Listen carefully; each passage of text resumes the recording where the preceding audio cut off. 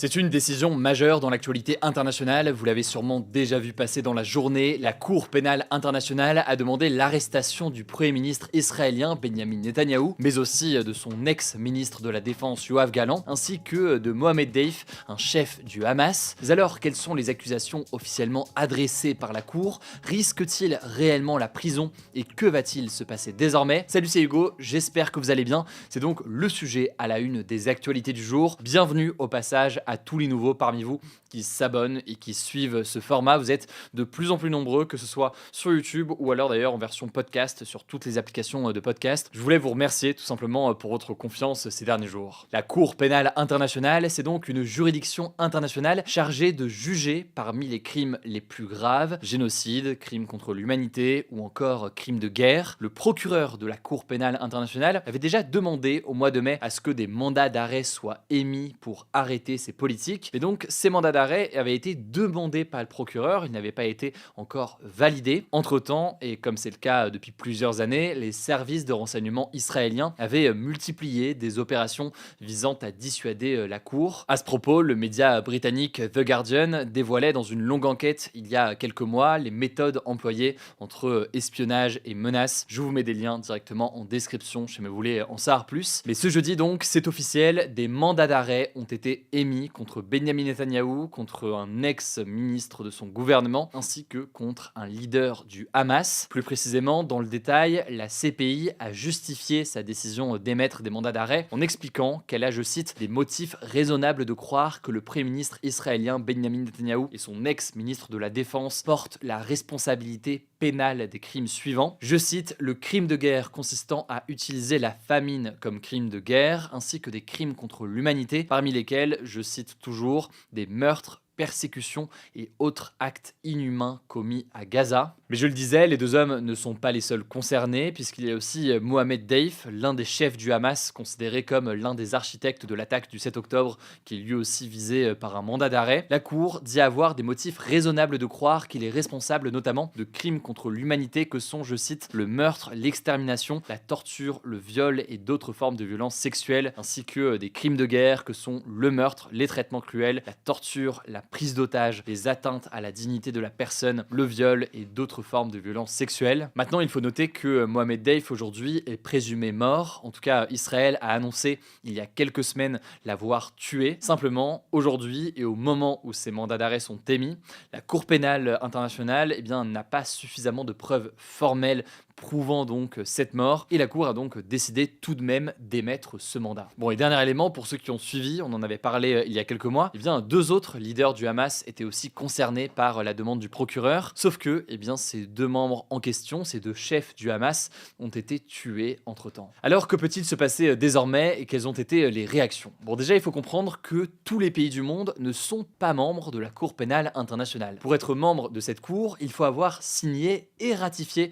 un traité qui est nommé le statut de Rome, et c'est pas le cas d'Israël, c'est pas le cas non plus des États-Unis qui ont certes signé ce statut mais ils ne l'ont jamais ratifié. La France de son côté en fait partie, et c'est important à comprendre car en réalité Benjamin Netanyahou, Yoav Gallant ou encore Mohamed Deif, dans le cas où il est encore vivant, ne peuvent être arrêtés que s'ils se rendent dans un pays qui est membre de la Cour et qui irait donc appliquer avec ses propres forces de police telle ou telle arrestation. Or évidemment on peut imaginer qu'avec ce mandat d'arrêt désormais ils seront extrêmement vigilants à leur déplacement dans les prochaines années pour éviter de se retrouver dans des pays qui sont susceptibles de les arrêter. Et puis au passage, on peut noter que certains pays sont membres de la Cour pénale internationale, mais ils ne respectent pas toujours, ce qui est pourtant une obligation théorique d'arrêter des personnes qui sont visées par des mandats d'arrêt. Par exemple, Vladimir Poutine, il est lui aussi visé par un mandat d'arrêt de la Cour pénale internationale, mais on peut noter, et on en avait fait d'ailleurs une de nos actus du jour il y a quelques mois, que la Mongolie, qui est soucieuse de conserver des bonnes relations avec la Russie,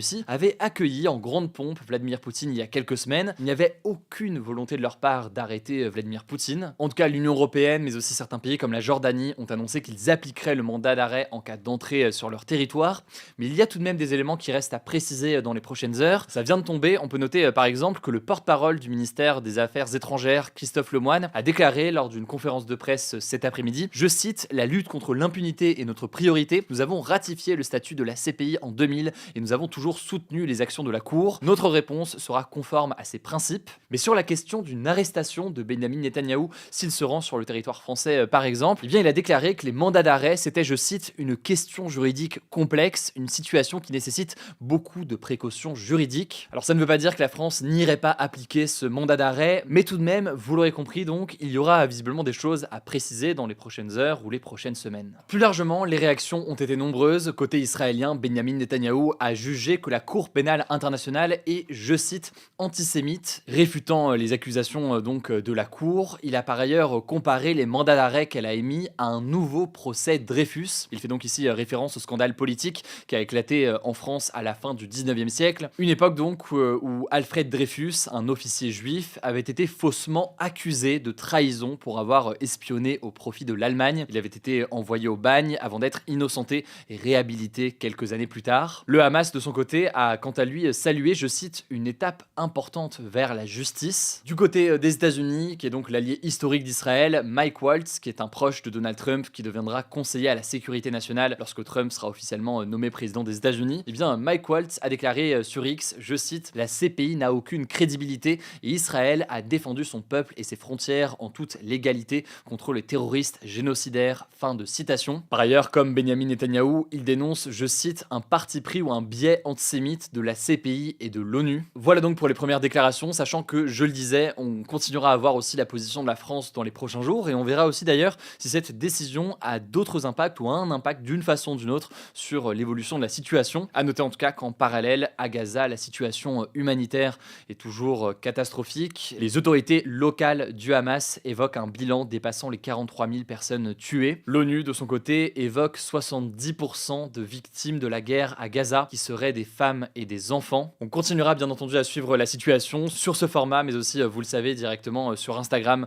pour l'actualité au quotidien. Je vous laisse avec Samy pour les actualités en bref, et je reviens juste après avec un flashback du jour, un flashback plus léger, vous allez le voir. Je reviens du coup juste après. Merci Hugo et bonjour à tous, on commence avec cette actu. En France, 54 départements ont été placés en vigilance orange, neige, verglas et ou vent ce jeudi suite au passage de la tempête Caetano, à l'heure où je tourne ces actus du jour. À 14h, plus de 170 000 foyers étaient privés d'électricité à cause de la tempête selon Enedis, et les régions les plus touchées sont les Pays de la Loire, la Normandie, la Bretagne et le Poitou-Charentes. À cause des chutes de neige, le plan neige-verglas a été déclenché dans certaines régions comme en Île-de-France. La vitesse sur les routes des départements concernés a donc été abaissée de 20 km/h. Le trafic aérien est aussi fortement impacté par les intempéries et les compagnies aériennes ont été appelées à annuler 10% de leurs vols à l'aéroport Paris-Charles de Gaulle. Des vents violents ont également été recensés dans plusieurs départements et notamment sur les côtes bretonnes. Troisième actu, le Parlement a définitivement approuvé la réforme du financement de l'audiovisuel public ce mercredi, près d'un mois après le vote du Sénat. Concrètement, cette loi concerne le financement de Radio France, Arte France, France Télévisions, France Média Monde, TV5 Monde et de l'INA. Depuis 2 ans, ces établissements sont principalement financés par une partie fixe de la TVA, une taxe que les consommateurs paient quand ils achètent des biens ou des services. Ce dispositif de financement devait s'arrêter le 31 décembre prochain, mais il sera donc prolongé grâce à l'adoption de cette loi. Ce vote était très attendu car sans cette loi, l'audiovisuel public risquait d'être financé directement par le budget de l'État, ce qui aurait pu compromettre l'indépendance de ces établissements. Quatrième actu, l'humoriste Pierre Palmade a été condamné à 5 ans de prison, dont 2 fermes ce mercredi au tribunal correctionnel de Melun en Seine-et-Marne. On en parlait ce mercredi, il était jugé pour blessure involontaire aggravée à la suite de son accident de la route sous l'emprise de drogue en février 2023. L'accident avait fait 3 blessés graves, dont une femme enceinte de 6 mois qui a perdu son bébé suite à l'accident. A noter que le tribunal a assorti sa peine d'un mandat de dépôt différé avec exécution provisoire. Concrètement, ça veut dire que même s'il décidait de faire appel, Pierre Palmade va devoir aller en prison dans l'attente d'un éventuel second procès. Cinquième actu, en Haïti, un pays situé dans les Caraïbes, au moins 150 personnes sont mortes en une semaine dans la capitale Port-au-Prince selon l'ONU. Ce nouveau bilan porte le nombre de morts à 4544 en Haïti depuis le début de l'année. Toujours d'après l'ONU, 92 personnes ont été blessées et environ 20 000 personnes ont dû fuir leur domicile au cours de la semaine du 11 novembre. Au total, c'est environ 700 000 personnes dont la moitié sont des enfants qui sont déplacés à l'intérieur du pays. En fait, Haïti est considéré comme l'un des pays les plus pauvres du monde et connaît une grave crise depuis plusieurs années, ce qui avait notamment mené à l'assassinat du président Jovenel Moïse en 2021. Pour vous donner une idée, la capitale est par exemple contrôlée à 80% par des gangs qui s'en prennent régulièrement aux civils. Le 11 novembre dernier, un nouveau premier ministre, Alix Didier Fils-Aimé, a été nommé et il a promis, je cite, de rétablir la sécurité dans le pays. Sixième actu, 25 pays se sont engagés à ne plus jamais ouvrir de centrales à charbon. C'est ce qu'ils ont annoncé ce mercredi lors de la COP29, la conférence sur le climat de l'ONU qui se déroule actuellement à Bakou en Azerbaïdjan. Parmi les signataires, on retrouve notamment le Royaume-Uni, le Canada, l'Allemagne, l'Australie et la France, mais pas la Chine, l'Inde et les États-Unis par exemple. Concrètement, cet engagement n'oblige pas les 25 pays à renoncer à l'extraction ou à l'exportation de charbon, mais ils se sont engagés à ce que leur prochain plan climatique ne comprenne aucune nouvelle centrale au charbon sans captage de CO2,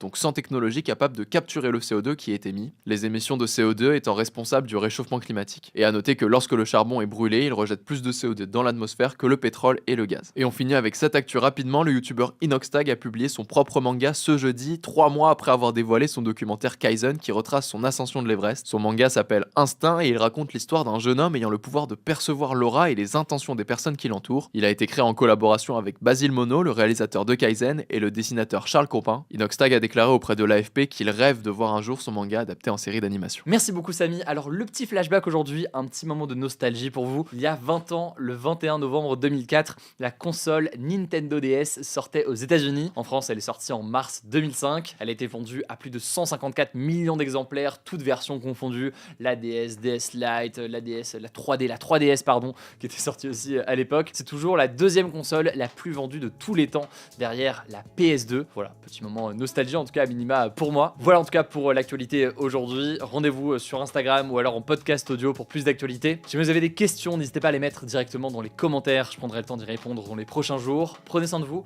prenez soin de vos proches et puis je vous dis à demain pour une nouvelle vidéo.